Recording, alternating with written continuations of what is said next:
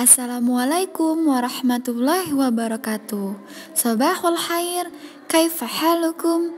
Ibu harap keadaan antum baik-baik saja ya nak, dan semoga kita semua selalu dilindungi Allah Subhanahu wa taala. Apakah antum masih semangat belajar nak? Sebelum kita memulai pelajaran pada pagi hari ini, ada baiknya kita membaca lafaz basmalah. Bismillahirrahmanirrahim. Kali ini kita akan mempelajari tema 3, yaitu mengenai tentang bentang alam Indonesia, di mana tujuan pembelajarannya untuk mengetahui pemanfaatan sumber daya alam, hewan langka di Indonesia, serta karakteristik lingkungan sekitar, dan mengetahui pemanfaatan dan pelestarian sumber daya alam. Indonesia merupakan negara yang memiliki kekayaan alam luar biasa, baik tumbuhan dan hewan. Wilayah negara kita kaya akan tumbuh-tumbuhan nak, yang dapat dimanfaatkan sebagai bahan makanan, baik untuk makanan pokok maupun makanan kecil. Makanan pokok penduduk Indonesia bermacam-macam nak. Ada yang makanan pokoknya berasal dari beras, jagung, singkong, dan sagu. Selain itu nak, masih terdapat banyak jenis tumbuhan yang dapat dimanfaatkan sebagai bahan makanan.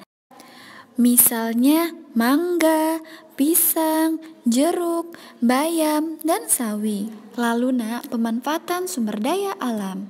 Jenis tanaman yang berbeda memiliki tempat yang berbeda pula nak untuk tumbuh. Amati 2 gambar berikut. Gambar yang pertama yaitu gambar tanaman padi, dan gambar yang kedua yaitu gambar tanaman teh, di mana tanaman padi tumbuh di daerah yang berhawa panas nak, dan banyak mengandung uap air dan curah hujan yang cukup.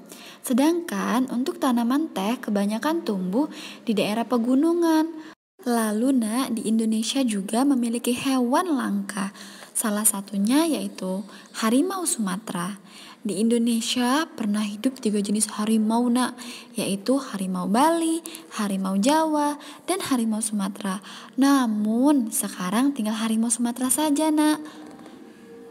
Harimau Sumatera memiliki warna yang paling gelap di antara semua jenis harimau. Lalu salah satu contoh hewan langka berikutnya yaitu burung cendrawasih, di mana burung ini merupakan salah satu fauna yang berasal dari Indonesia, dan burung ini sangat indah nak, dan berasal dari tanah Papua.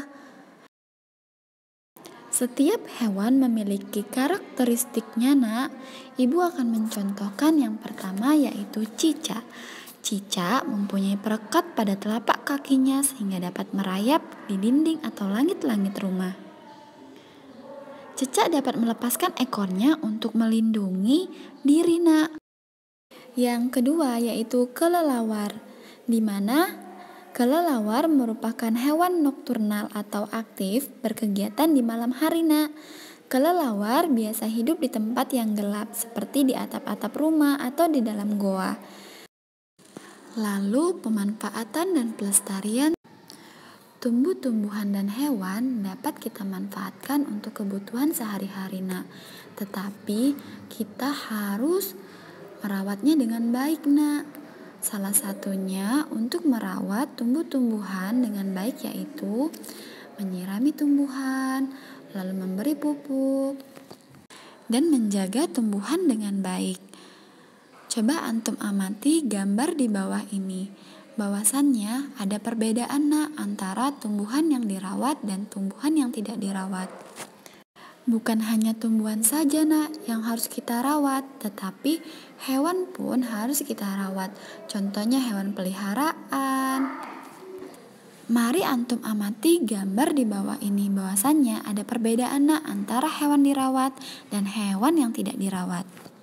Apakah antum sudah paham nak? Jika sudah paham, tugas antum adalah menganalisis mana hewan atau tumbuhan yang tidak terawat dan terawat nak, di halaman 116 sampai 118.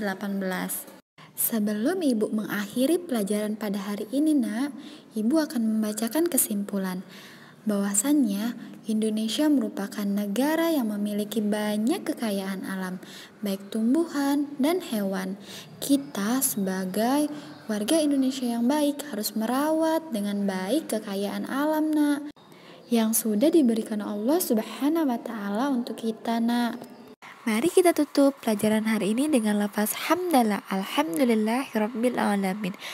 Waalaikumsalam warahmatullahi wabarakatuh.